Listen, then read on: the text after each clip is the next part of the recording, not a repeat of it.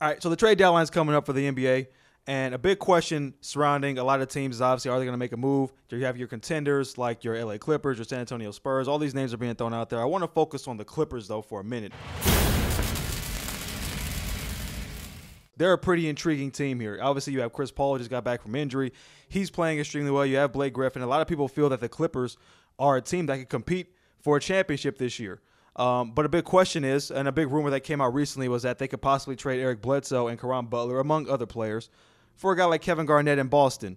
And maybe he will be the kind of player that will put them over the top. Because it seems like the prevailing thought with most pundits now is the Clippers are a good team, make themselves a run, possibly to the conference finals, but not much further than that because they're not good enough defensively when it really matters, and they struggle down the stretch in the half-court set. Obviously, Kevin Garnett, one of the best defensive players in the history of the game, and also a very good half-court offensive player as well, gives them a consistent back-to-the-basket scorer that they really don't have. I know Blake Griffin's improved his offensive game a little bit with his back-to-the-basket, and to a certain extent, so has DeAndre Jordan. But they really don't have a go-to guy outside of Chris Paul, who's obviously a perimeter player. They don't have anybody to go to down in the low post. The problem with making a trade is, especially with Eric Bledsoe, is Chris Paul is a free agent at the end of the season, and the Clippers have gotten no guarantees that Chris Paul is going to want to agree to come back. So you're kind of put in a funky situation if you're the Los Angeles Clippers. Do we want to go make a run now with the risk of Chris Paul not returning? You trade away a guy like Eric Bledsoe, who many people feel can be an effective starting point guard in this league. You trade him away for an older guy like a Kevin Garnett to try to make a run for a championship and risk that Chris Paul leaves? Or do you want to stand pat and possibly lessen your chances of winning a championship this year? Now, my take on the thing is this. If you're the Los Angeles Clippers, you want to set yourself up to win for as long as possible. You don't know how long this is going to last. I remember a team back in, 2006, 2007, with Elton Brand and Corey Maggette and Sam Cassell. They made a run into the postseason. They didn't get over the hump, and they never made it back. That core blows up, and it takes them 6-7 years later before they start fielding competitive teams again in the postseason.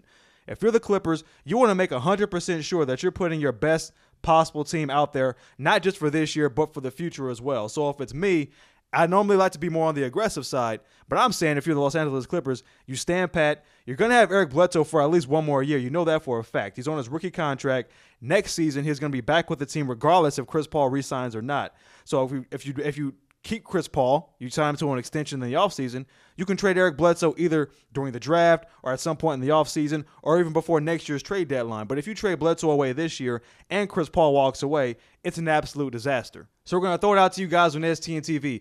What should the Clippers do at the trade deadline? Should they stand pat? Should they make a big move? Let us know in the comments section below. Also, be sure to like this video and subscribe to our channel. For STNTV, I'm Kevin Figures. Hey, real quick, if you haven't already, make sure to subscribe to our channel. It's absolutely free, and you get all the top news and sports every single week right here on STNTV. If you still want to watch more, click here for the NBA's top 10 highest paid players. We guarantee you at least 2 names will surprise you. And if that doesn't catch your drift, you got to click this one to find out why Nigeria prostitutes offered free sex to the national soccer team under one condition.